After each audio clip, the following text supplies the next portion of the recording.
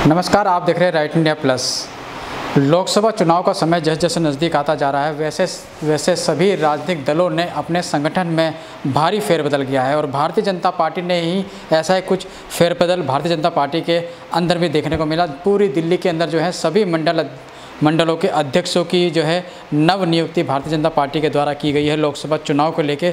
तो आज हम बदरपुर विधानसभा के मीठापुर वार्ड में मौजूद हैं और हमारे साथ यहाँ से नवनिर्वाचित मंडल अध्यक्ष आनंद सिंह बिष्ट जी मौजूद हैं। इनसे बातचीत करते हैं इनके आने के बाद और इनकी क्या प्लानिंग है, किस तरह से क्या रूपरेखा तैयार की गई है, आने वाले लोकसभा तक मंडल की किस तरह से बागडोर निभाएंगे और किस तरह से संगठन को मजबूत करेंगे, वो सब बातें हम इनसे जानने का प्रयास करें। साथ ही जो यहाँ के भारतीय जनता पार्टी के निगम पार्षद हैं उनके कामों को लेकर इनसे बातचीत करेंगे। सर, सबसे पहले स्वागत है आपका। धन्यवाद आपका। सर, नवनिर्वाचित आप मंडल अध्यक्ष भारतीय जनता पार्टी के बने हैं, तो संगठन को मजबूत करने के लिए क्या रूपरेखा तैयार कर रखी है, किस तरह से काम करने का आप आगे प्लान कर रहे हैं? ज़मीनी स्तर पे जो कार्यकर्ता हैं हमारे पुराने और नए, सबके साथ टीम एकत्रित करेंगे, सबसे लोगों से मिलना शुरू करेंगे और अपने जितने भी पुराने कार्यकर्ता भी हैं, नए भी हैं, सारे की टीम को एकजुट करके आगे काम करेंगे।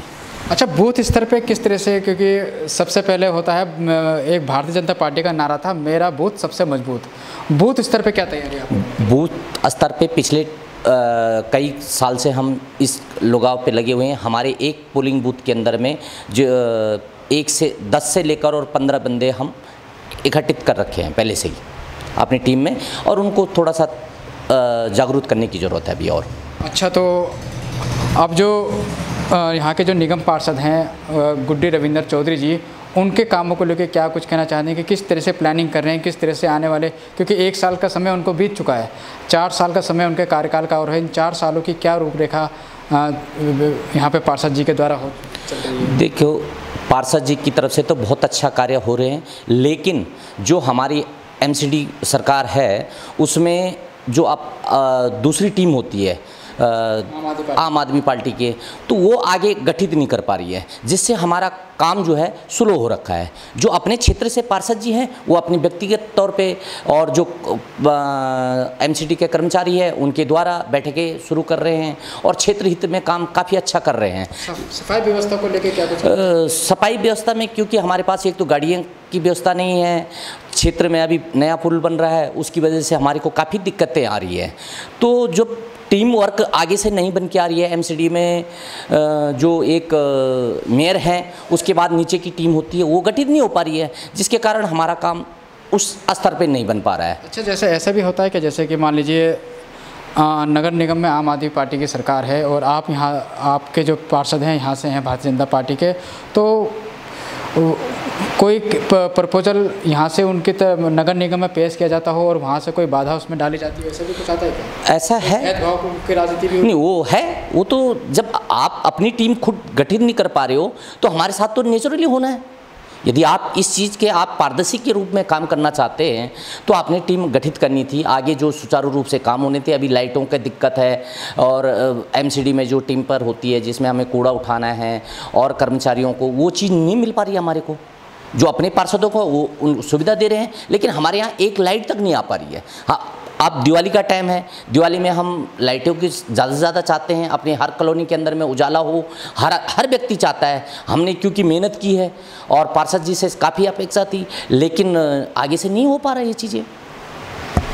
अच्छा सर, दूसरा जो यहाँ के विधायक हैं वो भी भारतीय जनता पार्टी के हैं और विधायक जी के ऊपर लगातार विपक्ष कहीं ना कहीं आरोप लगा रहता है कि विधायक जी जो है क्षेत्र के अंदर विकास नहीं कर रहे, पार्कों की तरफ ध्यान दे रहे हैं, जो मूलभूत सुविधाएं हैं उनकी तरफ ध्यान नहीं दे रहे। यदि पिछले